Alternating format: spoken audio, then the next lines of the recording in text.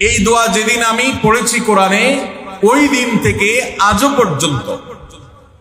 পর্যন্ত আমার মনে হয় না আমার জীবনে 2 মিনিটের কোনো দোয়াও যদি হয়, 1 মিনিটের দোয়াও যদি হয়, মুহূর্তের দোয়াও যদি হয়, আমি এই দোয়াটা কখনো মিস করি বলে, জ্ঞাতসারে মিস করি বলে আমার মনে পড়ে না।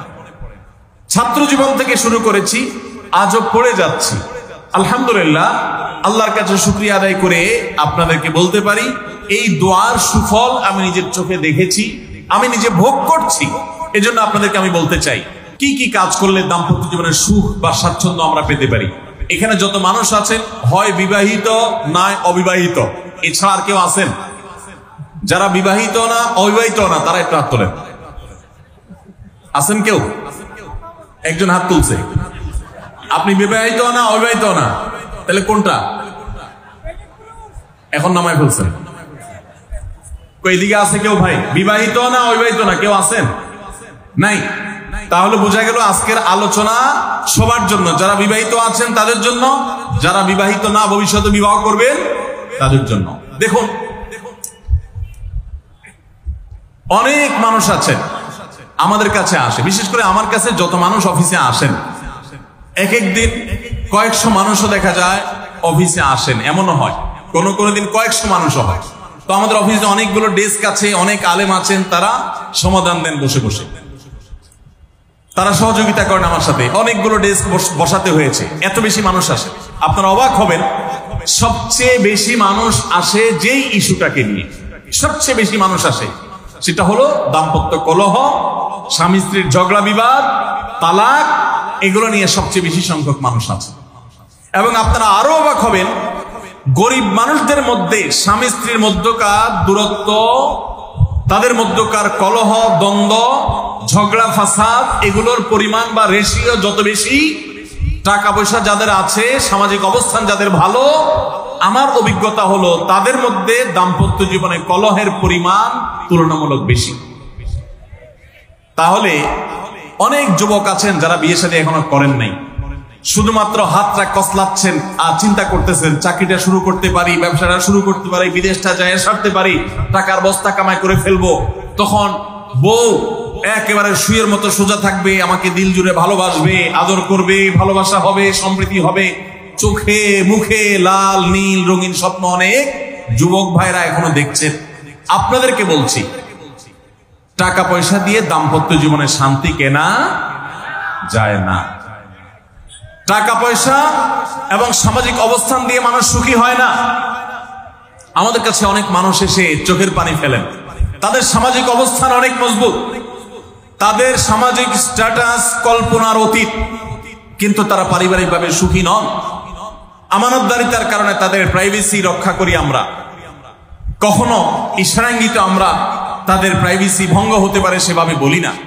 কিন্তু আমরা রেশিওটা আপনাদের সামনে পেশ করছি এজন্য, আপনারা যারা হাত কসলাচ্ছেন, যারা বেকার যুবক আছেন, যারা স্টুডেন্ট আছেন, যারা মনে করছেন যে টাকা পয়সা কামাই করে বস্তা ভরি, তারপরে আমি বিয়ে শাদী করে ফেললে সুখের সাগরে হাবুডুবু খাবো, আমি এরকম দেশ বিদেশ ঘুরতে থাকবো, এই রঙিন স্বপ্ন যারা দেখছেন তাদেরকে বলছি, বিশ্বাস করুন, সুখের সাথে এই টাকা পয়সা এবং সামাজিক অবস্থানের সম্পর্ক আপনি যতটা আছে মনে করেন, বাস্তবে ততটা নাই।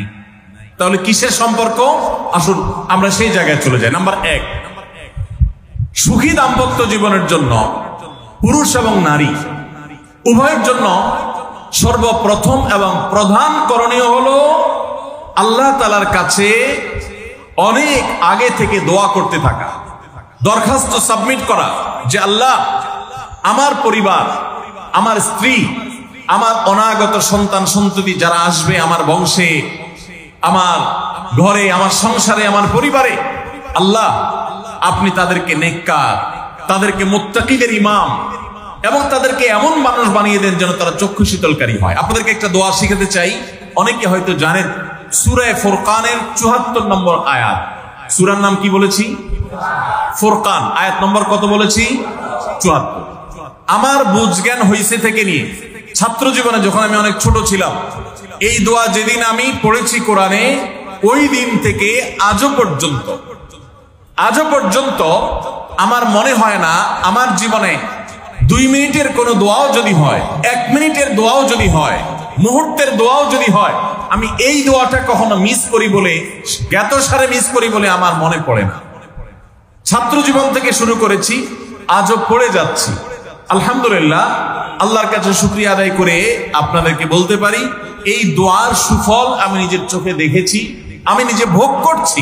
এজন্য আপনাদেরকে আমি বলতে চাই, বিবাহিত হন কিংবা অবিবাহিত হন, আপনার দাম্পত্য জীবনের সুখের জন্য সর্বপ্রথম এবং প্রধান করণীয় হলো এই দোয়া। এর বাইরে আরো সাধারণভাবে আল্লাহ তাআলার কাছে দোয়া করতে থাকা, যেন আল্লাহ তাআলা আপনাকে এমন একজন জীবন সঙ্গী দেন।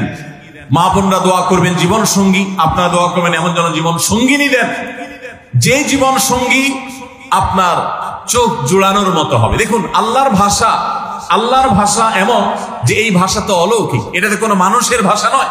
দোয়ার ভাষ্য লক্ষ্য করেন, আল্লাহ শিক্ষা দিচ্ছেন আমাদেরকে, রব্বানা হাব লানা মিন আজওয়াজিনা ওয়া যুররিয়াতিনা কুররাতা আয়ুন। হে আমাদের রব, আমরা আপনার কাছে এমন স্ত্রী চাই, এমন সন্তান চাই, এমন পরিবার চাই, যেই পরিবারের সদস্য, আমার স্ত্রী, আমার সন্তানরা আমার নয়ন জুড়াবে, আমার চোখ জুড়াবে, এরকম মানুষ চাই। একটু ভাষাটা লক্ষ্য করুন। আমরা সাধারণত দোয়া করলে কি চাই? আমরা এক একটা দিক চাই। ধরুন, আপনার স্ত্রী মাশাআল্লাহ অনেক সুন্দরী, অপূর্ব সুন্দরী, তিনি আল্লাহ তাআলা তাকে অনেক রূপ লাবণ্য দিয়েছেন, কিন্তু তার যদি চরিত্রটা খারাপ হয়, তাহলে এই স্ত্রীকে আপনার নয়ন জুড়াবে, চোখ জুড়াবে, চক্ষু শীতলকারী হবে? আপনার স্ত্রীর চরিত্র ভালো, দেখতে শুনতেও মাশাআল্লাহ সুন্দর, কিন্তু পড়ালেখা নাই, বুদ্ধি শুদ্ধি নাই, একটু বেকুব কিসিমের, তাহলে কি আপনার চোখ জুড়াবে? ভালো লাগবে? আপনার স্ত্রী শিক্ষা দীক্ষাও আছে, জ্ঞান গরিমায় মাশাআল্লাহ তিনি ভালো, রিচ, সমৃদ্ধ, আবার চেহারা সুন্দর, আবার তার মধ্যে তার চরিত্রের সমস্যা নেই, কিন্তু সমস্যা কি? সমস্যা ধরুন তার ভিতরে এমন রোগ আছে, শারীরিক রোগ, যেই রোগের কারণে আপনার জন্য সেটা বড় কঠিন পরিস্থিতির মুখোমুখি হতে হয়। ধরেন দুরারোগ্য কোনো ব্যাধি আছে, মরণ ব্যাধি আছে, এমন কোন রোগ আছে যেটার কারণে আপনাকেও সাফার করতে হয়, তাহলে এই স্ত্রী কি আপনার চোখ জুড়াবে? ঠিক একই কথা স্বামীর ক্ষেত্রে প্রযোজ্য, সন্তানের ক্ষেত্রে প্রযোজ্য। আল্লাহ তাআলা এমন একটা শব্দ শিক্ষা দিয়েছেন, দেখুন, আল্লাহর কাছে চাইতেও জানতে হয়। উল্টাপাল্টা দোয়া করলে দোয়া পূরণ হয়ে যাবে, কবুল হয়ে যাবে, কিন্তু আপনার কাজ হবে না। অনেক যুবক আছে আল্লাহর কাছে দোয়া করে, আল্লাহ বেশি না, 1,05,000 টাকা চাই। কত? 1,05,000। অনেক যুবক লিখে দেয় আমাদেরকে, হুজুর দোয়া করবেন বেশি না, আমি আল্লাহর কাছে 1,05,000 টাকা চাই। আল্লাহরে টার্গেট দিয়ে দিছে, কত লাগবে? 5 লাখ। কেন? একটা বাইক কিনবে। যুবক মানুষ, রাস্তাঘাটে বাইক ছাড়া চললে ভালো লাগে না,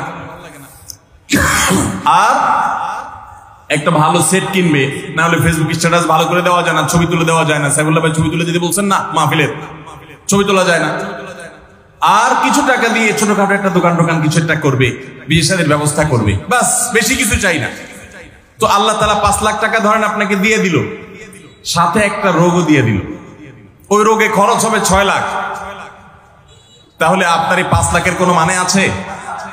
আপনারা একটা প্রসিদ্ধ ঘটনা অনেকেই শুনেছেন, একটা চুটকি, যে এক যুবক দোয়া করছে, আল্লাহ তোমার কাছে আমি এমন একটা লাইফ চাই, বিশেষ করে বেকার যুবকরা এগুলো বেশি দোয়া করে, আল্লাহ তোমার কাছে এমন একটা লাইফ চাই, বেশি কিছু না, যে লাইফে 2 হাত ভর্তি টাকা থাকবে আর আশপাশে শুধু নারী আর নারী থাকবে,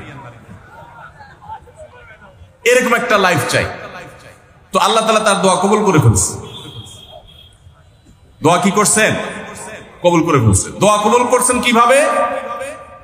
দোয়া কবুল করে তাকে আল্লাহ তাআলা এমন একটা বাসের কন্ট্রাক্টর বানিয়ে নিয়েছেন, যে বাসটা হলো মহিলা বাস, চারপাশে শুধু নারী আর নারী, সব মানুষের, আর হাত ভর্তি টাকা আর টাকা সব বাস মালিকের।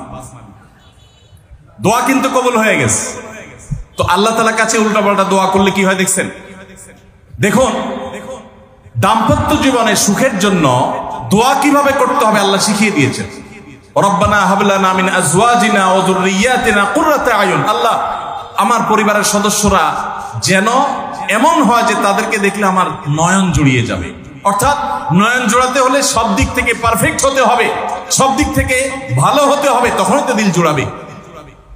ওয়াজআলনা লিল মুত্তাকিনা ইমামা, আর আমাদের সবাইকে, গোটা পরিবারকে আপনি মুত্তাকিদের ইমাম বানায় দেন, সৎ মানুষ বানায় দেন। কারণ সৎ যদি না হয়, আল্লাহভীরু যদি না হয়, তাহলে কখনো তাদের মাধ্যমে আপনি সুখ শান্তি পেতে পারেন না। তাহলে প্রথম করণীয় দাম্পত্য জীবনের সুখের জন্য, সুখী দাম্পত্যের জন্য আল্লাহর কাছে দোয়া করতে থাকে। সূরা ফুরকানের ৭৪ নম্বর আয়াত, এর পাশাপাশি আরো যত আয়াত আছে, অথবা সাধারণভাবে আপনি আল্লাহর কাছে, আল্লাহ আমি ভালো সঙ্গী যেন পাই সেজন্য দোয়া করতে থাকবো। আল্লাহ আমাদেরকে তৌফিক দান করুন।